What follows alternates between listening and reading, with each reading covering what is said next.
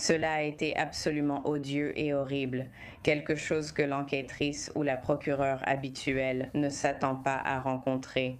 Donc, cela a été très difficile pour tout le monde. L'innocence de l'enfant, la brutalité de l'acte.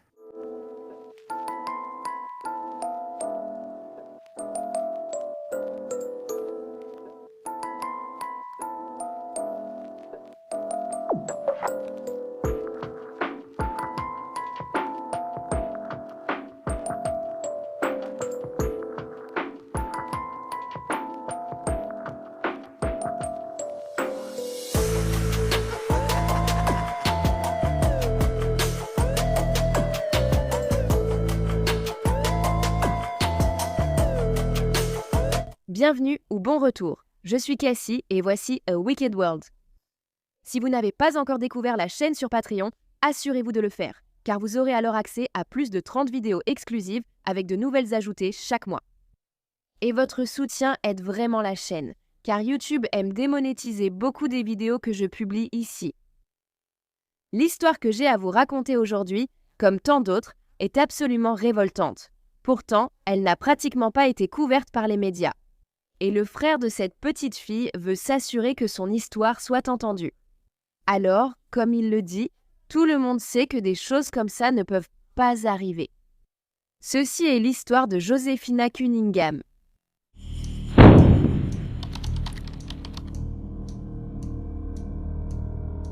Josephina, ou Josie comme on l'appelait, Cunningham, est née le 25 juillet 2019 de sa mère, Lakeisha Stewart, et de son père, Joseph Cunningham.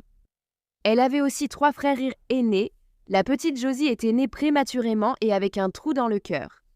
Petite fille courageuse, elle est vite devenue forte et le trou dans son cœur s'est finalement refermé en grandissant. Josephina était décrite comme une vraie petite fille coquette qui avait le plus beau sourire et elle rêvait de devenir pompier quand elle serait grande.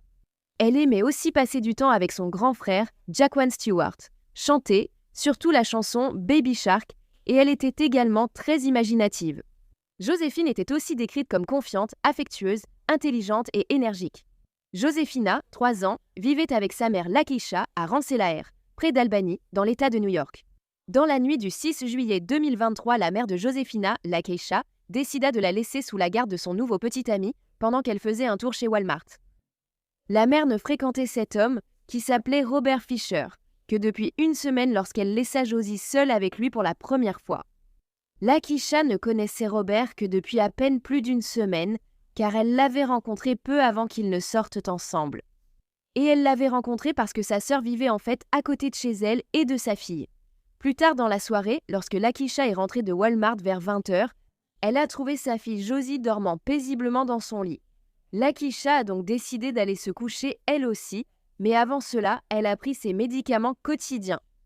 Au milieu de la nuit, Lakeisha s'est réveillée et a découvert que Robert n'était plus à ses côtés. Elle s'est rendue dans le salon où elle l'a trouvé allongé nu sur le canapé, en train de faire défiler du contenu sur son téléphone. Elle n'a posé aucune question, elle a simplement décidé de le couvrir avec une serviette, puis de retourner se coucher. Puis, dès le lendemain matin, le 7 juillet 2023, lorsque Lakeisha s'est réveillée, elle a découvert la petite Josie allongée sans vie dans son lit et elle a immédiatement contacté les services d'urgence. Josie était couverte de sang et de la mousse sortait de sa bouche. Les draps sur lesquels elle était allongée étaient également couverts de sang. De plus, son corps présentait des taches bleu clair partout. Et il a été découvert plus tard que ces taches de décoloration étaient dues à l'élimination du pigment de sa peau par des lingettes Clorox. Les autorités allaient également trouver des lingettes Clorox dans son corps. Dès que les premiers intervenants sont arrivés sur les lieux, Josephina a été emmenée au First Albany Medical Center où elle a été déclarée morte. Lorsque nos premiers intervenants sont arrivés sur les lieux et ont pris contact avec Josephina, ils l'ont décrite comme étant allongée sur le dos dans son lit, les mains croisées sur le torse, comme si elle avait été mise en scène. Le petit ami de Lakeisha, Robert, a été arrêté sur place après avoir tenté de rentrer dans la maison pendant que les détectives enquêtaient, essayant d'entraver leur enquête. Il a été inculpé d'entrave à la justice, de viol et de meurtre, et il a été amené pour être interrogé. On allait découvrir que Robert avait en fait écrasé certains des médicaments de la mère de Josephina, puis les avait mis dans une tasse à bec pour le tout petit. Après avoir fait cela, il a abusé d'elle, ce qui a entraîné sa mort. Et après que Robert ait commis son crime horrible, il a décidé d'essayer de le dissimuler en la nettoyant avec des lingettes Clorox. Même si je ne sais pas vraiment à quoi il s'attendait, pensait-il vraiment que les détectives n'allaient pas remarquer que Josie avait aussi été violemment agressée? Il a été déterminé que Josefina était décédée à la suite d'une agression sexuelle et d'une intoxication aiguë due aux effets combinés de l'alprazolam, qui est un médicament contre l'anxiété, et de l'olanzapine, qui est utilisé pour traiter la schizophrénie. Comme je l'ai dit, la veille du jour où Lakeisha a trouvé sa fille morte, elle avait vu son petit ami allongé nu sur le canapé du salon et elle l'avait recouvert d'une serviette. Mais elle ne savait pas qu'il était en réalité allongé là à effacer des photos après avoir commis cet acte atroce sur sa petite fille de 3 ans. Lorsque la police a fouillé la maison, elle a trouvé des draps Baby Shark ensanglantés dans la chambre de Josie, le sous-vêtement ensanglanté de Robert, ainsi qu'innombrables serviettes tachées de sang. Le frère aîné de Josefina, Jaquan Stewart, a déclaré s'être toujours senti mal à l'aise avec le nouveau petit ami de sa mère, Robert. Il venait tout juste de le rencontrer quelques jours avant le meurtre de Josefina et il n'avait pas du tout eu un bon pressentiment. Jaquan a dit « Quelque chose m'a paru étrange quand je l'ai rencontré. C'était bizarre, j'ai ressenti un truc au fond de moi. Je n'avais jamais vu ma mère avec un homme blanc, c'est peut-être ça. Mais je ne lui ai jamais parlé de sa relation. C'était comme si elle était hypnotisée. Elle était trop amoureuse de lui. En fait, c'était plutôt étrange. » Ses inquiétudes avaient encore grandi lorsqu'il avait découvert que Robert fréquentait un délinquant sexuel connu. Après la mort de Josefina, il y a aussi eu une femme nommée Mary Ann Moses qui s'est manifestée pour parler de Robert. Elle a dit qu'elle connaissait Robert Fisher et sa famille depuis des décennies. Et Marianne avait offert à Robert un endroit temporaire où loger lorsqu'il avait été libéré sur parole en 2021 pour une accusation de tentative de cambriolage. Elle pensait qu'il était sur la bonne voie et l'a laissé vivre avec elle et sa famille. Cependant, elle avait surpris Robert en train de coincer un enfant chez elle et elle avait immédiatement contacté la police pour qu'il soit expulsé de sa maison le jour même. Maintenant, Robert n'a aucune condamnation antérieure liée aux enfants. Cependant, étant donné la brutalité de son crime contre Josie, il est très peu probable que ce soit la première fois. Et il est probable qu'il y ait d'autres victimes de Robert. Lors de sa comparution initiale devant le tribunal, Robert Fisher a plaidé non coupable. Mais seulement 2 semaines avant son procès, il a décidé de changer d'avis et d'accepter l'accord que les procureurs lui proposaient. Et à la place, il a plaidé coupable des accusations portées contre lui. Il a alors été condamné à une peine de 20 ans à perpétuité. Nous avons jugé cet aveu nécessaire pour comprendre ce qui s'était passé. Et afin que M. Fisher reconnaisse officiellement les faits, nous lui avons proposé 20 ans à perpétuité. Cependant, la famille de Josefina n'approuvait pas l'accord de plaidoyer obtenu par Robert, car elle souhaitait qu'il risque la peine de mort. De plus, le frère aîné de Josefina, Jaquan, voulait que Robert soit jugé afin de pouvoir entendre les détails du meurtre de sa sœur. Car il pensait que cela attirerait davantage l'attention sur son affaire et pourrait éventuellement conduire à l'élaboration de nouvelles lois. Jaquan a dit « Je veux qu'il paie pour ce qu'il a fait. Je veux qu'il reçoive la peine de mort. Les personnes qui commettent ces crimes doivent payer.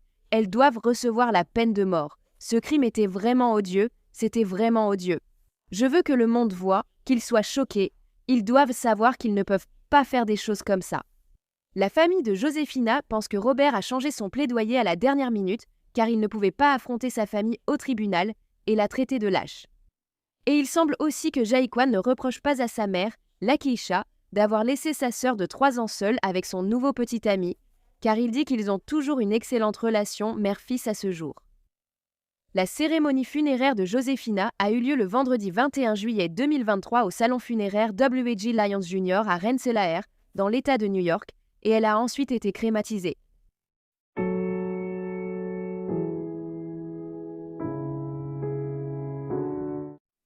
Merci d'avoir écouté l'histoire de Josefina aujourd'hui. Robert est tellement malade et tordu, mais il semble qu'il savait exactement ce qu'il faisait lorsqu'il a pris pour cible la mère célibataire de Josie, Lakeisha.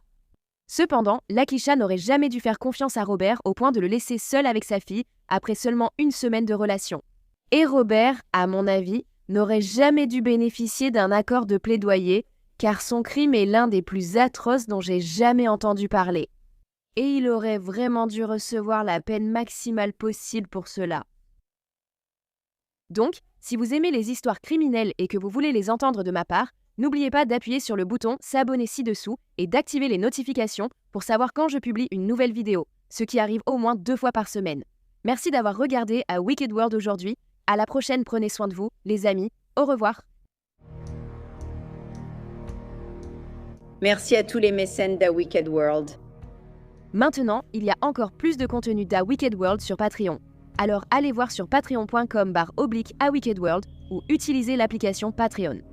Vous aurez accès à des vidéos exclusives chaque mois et bien plus encore. Tout soutien aide vraiment à s'assurer que les victimes ne soient jamais oubliées et à mettre en lumière les failles de la société liées à chaque affaire. Avez-vous une suggestion pour une Affaire que vous aimeriez me voir traiter?